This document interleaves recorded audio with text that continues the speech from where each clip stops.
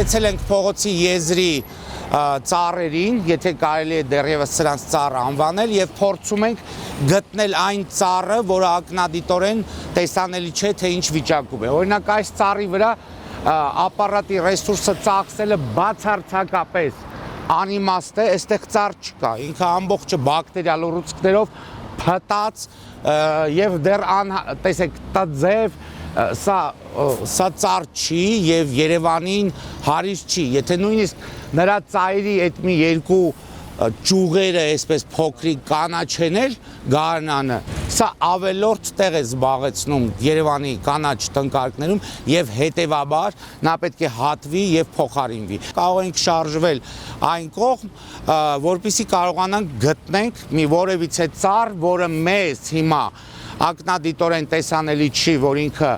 կենսունակության ավարտին մոտ է, որպեսզի կիրառենք ռեզիստագրաֆ կոչվող գերժամանակակից սարքը, քիչ թե շատ բուն գտանք, որտեղ մեզ տեսանելի չէ, նրա մեջը ինչ է կատարվում, եւ հիմա կխնդրեմ մասնագետներին արդեն սարքը միացնենք եւ փորձենք հասկանալ ինչ է կատարվում ներս։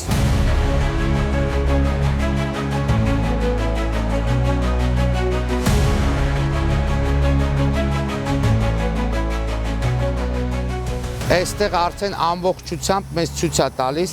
որ ծառը սնա մեջ է, փուչ է մեջը։ Այստեղ ավելի խոշորացված վիճակն է, իսկ սա իր ստանդարտ վիճակն է։ Այստեղ այս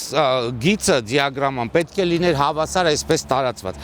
Ինչքան իր մայր գծից մոտիկանում է դեպի այս թվերին, այնքան նշանակում է ինքը գնացել է դեպի դատարկություն։ Եվ հետևաբար վստահաբար մենք կարող ենք ասել, որ այս ծառի մեջ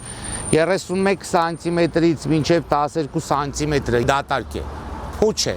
ինչը մեզ հենց հիմա ակնադիտորեն տեսանելի չէ։